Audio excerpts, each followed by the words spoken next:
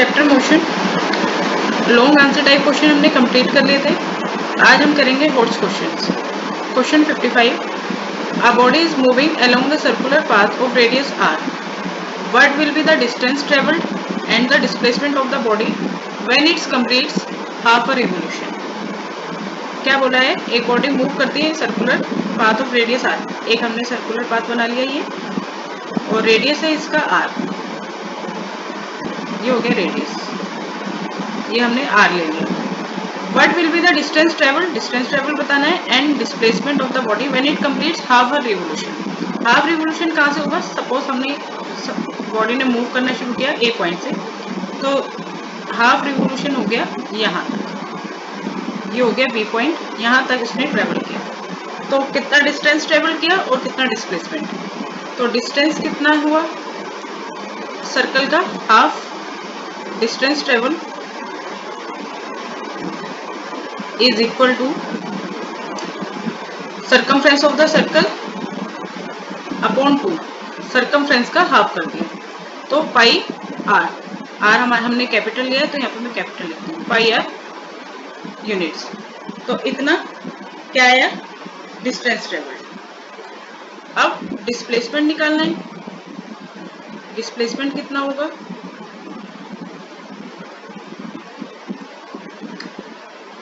Shortest path between initial and final position, या straight line ए यहाँ है बी यहाँ है, तो इसके बीच में ये स्ट्रेट लाइन जो है वो डायमीटर हो गया या ट्वाइस ऑफ आर हो गया। ठीक है, तो ए से बी जो स्ट्रेट लाइन है दिस इज द डिस्प्लेसमेंट। तो R plus R means 2r is the displacement. करते हैं next question.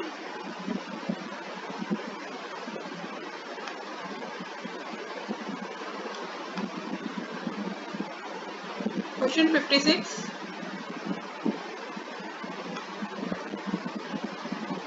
If on a round trip you travel 6 kilometer, then arrive back home, what distance have you traveled? इन्होंने बताया है कितना distance travel किया है? 6 kilometre. किसमें? राउंड ट्रिप पे। ये हो गया round trip. And then back home, यहाँ से शुरू किया और वापस यहीं पे आ गए। तो ए पार्ट डिस्टेंस कितना होगा? डिस्टेंस ट्रेवल्ड, क्योंकि ये राउंड ट्रिप पे कितना डिस्टेंस ट्रेवल किया है? 6 किलोमीटर, तो डिस्टेंस ट्रेवल तो 6 किलोमीटर ही होगा। अब डिस्प्लेसमेंट क्या होगा इस केस में? Final displacement. अब हम देख सकते हैं इनिशियल और फाइनल पोजीशन सेम है। राउंड ट्रिप लिए, यहाँ से स्टार्ट करी, सपोज यहाँ है होम, यहाँ से स्टार्ट करी 6 किलोमीटर का राउंड लेकर वापस आप होम पर ही आ गए, तो इस केस में इनिशियल और फाइनल पोजीशन सेम है, तो डिस्प्लेसमेंट होगा 0 kilometre.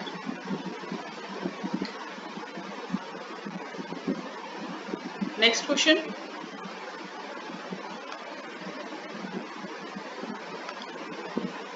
Question 57, a body travels a distance of 3 km towards east, then 4 km towards north, and finally 9 km towards east.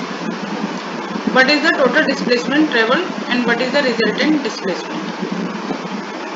What is the total distance traveled and what is the resultant displacement? तो पहले हम यहाँ से यहाँ तक की information के according figure बनाएंगे। 3 किलोमीटर टूवर्ड ईस्ट, ईस्ट लेते हैं हम राइट साइड, राइट डायरेक्शन में।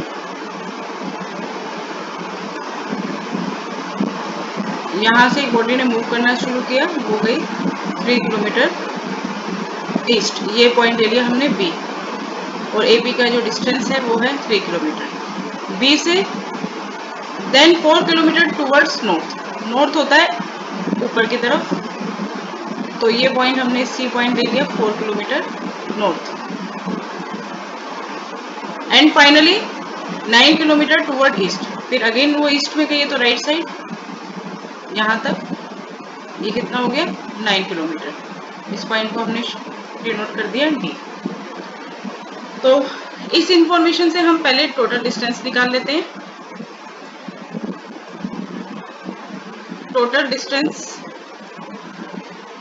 ट्रेवल्ड, डिस्टेंस क्या होता है? The actual length of path covered by a body. तो कितना कवर्ड किया उसने? A B plus BC plus CD। तो ये हो गया 3 kilometre plus 4 kilometre plus 9 kilometre. तो टोटल हो गया 16 किलोमीटर। ये हो गया total distance travel.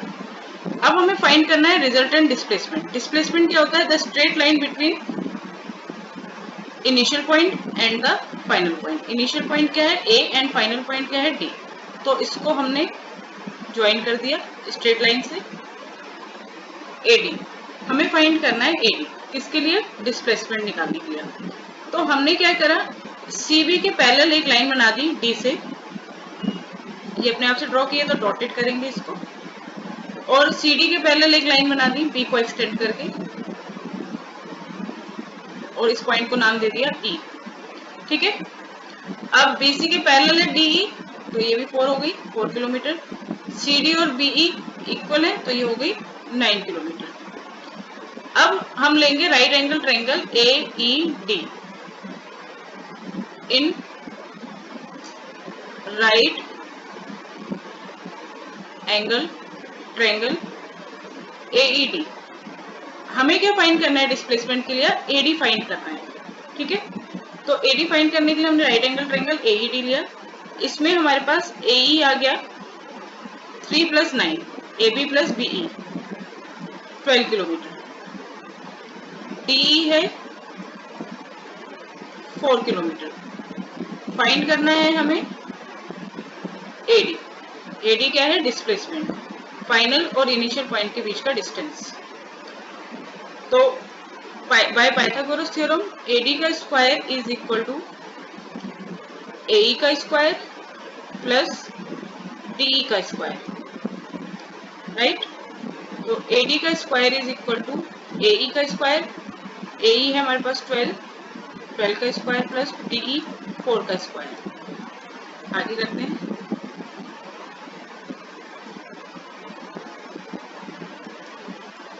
AD square is equal to 144 12 का स्क्वायर प्लस 16। तो AD square is equal to, इन दोनों को ऐड करा ये बन गया 160। AD square is equal to 160। तो AD is equal to under root 160। 160 का स्क्वायर रूट निकालेंगे तो 160 का स्क्वायर रूट आएगा 12.6 किलोमीटर। तो what is the displacement? Displacement is the shortest distance between initial and final point, that is AD। और AD की value हमने निकाली 12.6 kilometre.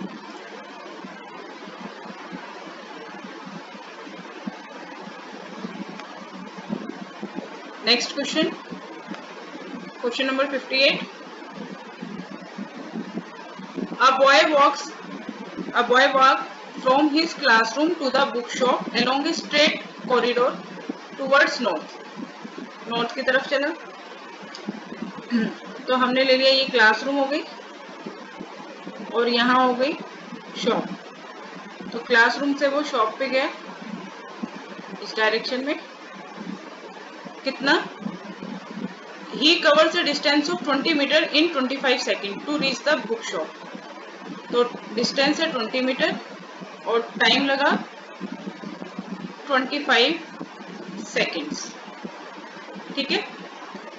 After buying a book he travels the same distance in the same time to reach back in the classroom. अब book लेने के बाद वो वापस क्लासरूम आया तो अब वो इस डायरेक्शन में ट्रेवल किया उसने।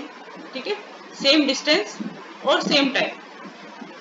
फाइंड करना है average speed and average velocity of the boy. What is the average speed? Average speed is equal to total distance traveled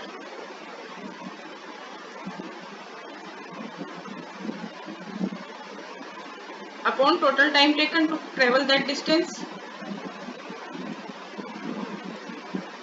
total time taken। अब टोटल डिस्टेंस कितना हो गया? 20 मीटर गया और 20 मीटर वापस आया 40 मीटर।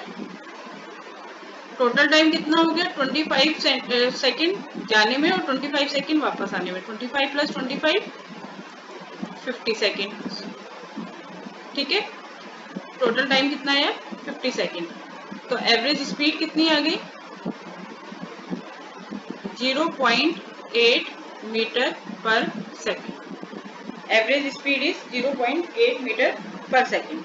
अब हमें निकालनी है एवरेज वेलोसिटी। अब एवरेज वेलोसिटी का क्या फॉर्मूला होता है, displacement, total displacement upon total time taken, displacement upon time taken. Time taken तो हमारा इतना ही रहेगा 50 सेकेंड। अब हम देखते हैं डिस्प्लेसमेंट कितना आएगा इस केस में। डिस्प्लेसमेंट क्या होगा, इनिशियल पॉइंट सी है और फाइनल पॉइंट भी सी ही है, वापस सेम यहीं पे वापस आया, तो डिस्प्लेसमेंट क्या हुआ 0। तो डिस्प्लेसमेंट 0, तो ओवरऑल एवरेज वेलोसिटी क्या आ गई 0.50 means 0 metre per second. Next question,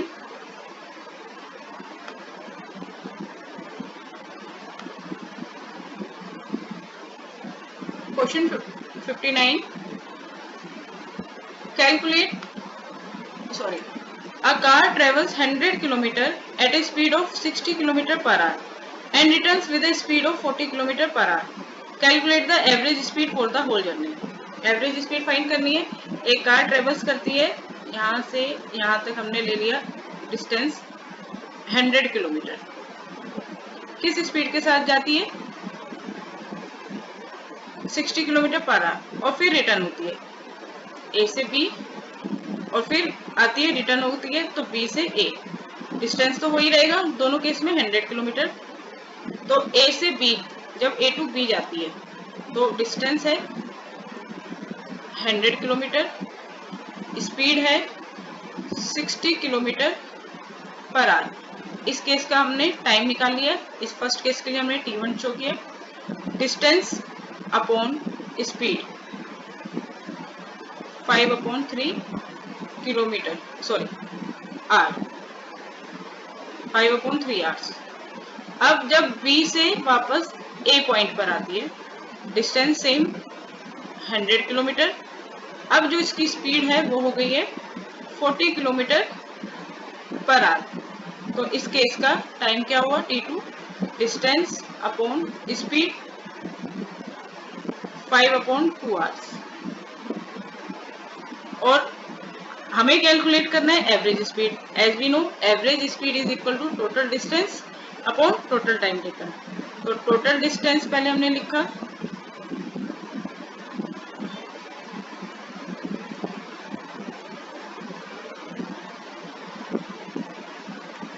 100 + 100 200 kilometre. Total time find करते हैं, total time t1 + t2 5/3 + 5/2, 6 LCM आया, 3 2 5 2 10 + 15 25/6 आवर्स। ठीक है, अब हमें निकालनी है एवरेज स्पीड। तो what will be average speed, total distance 200 upon total time taken 25/6। 25/6 ये फ्रैक्शन, इसको ये डिवीजन में है 200 के, तो इस फ्रैक्शन का हम रेसिप्रोकल कर देंगे 6/25। 25 8 जा 200, 8 6 जा 48। तो एवरेज स्पीड निकल के आई 48 kilometre per hour for the whole journey. Question 60 last question है।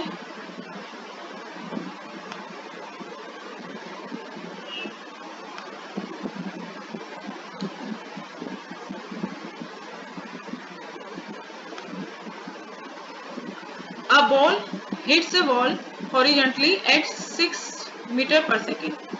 तो ये हो गई इनिशियल वेलोसिटी, जिस स्पीड से बॉल जा रही है 6 मीटर पर सेकेंड। हिट करके इट रिबाउंड्स, उसकी डायरेक्शन चेंज हो गई horizontally at 4.4 metre per second. B आ गई 4.4 मीटर पर सेकेंड, पर हम बी को किस में लेंगे माइनस में लेंगे, क्योंकि इसकी जो डायरेक्शन है after hitting the ball ball जो है वो वापस इस डायरेक्शन में होगी, डायरेक्शन चेंज हो गई तो हम इसको 4.4 को किस में लेंगे, माइनस में लेंगे। The ball is in contact with the wall for 0.040 second. Time हमें गिवन है 0.040 second. What is the acceleration, a हमें फाइंड करना है। तो acceleration is change in velocity with time, v minus u upon t. v आ गया हमारे पास -4.4, u 6 upon time 0.040। तो इन दोनों को प्लस करके आ गया -10.4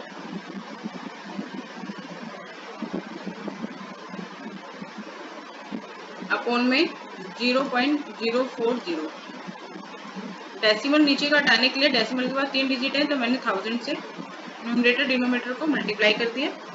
न्यूमरेटर डिनोमिनेटर को मल्टीप्लाई करके आ गया -104,000 और उसके बाद हमने एक डिजिट बाद डेसिमल लगा दी यहाँ पर अपॉन में 40। ठीक है, अब इस जीरो से वाला जीरो कैंसिल कर दिया, -1040 अपॉन 4 से डिवाइड कर दिया, 4 2 जा 8, 2 4 6 जा 24, 0 -260 metre per second square. Metre per second square acceleration की यूनिट होती है, तो एक्सेलरेशन आया -260 मीटर पर सेकेंड स्क्वायर।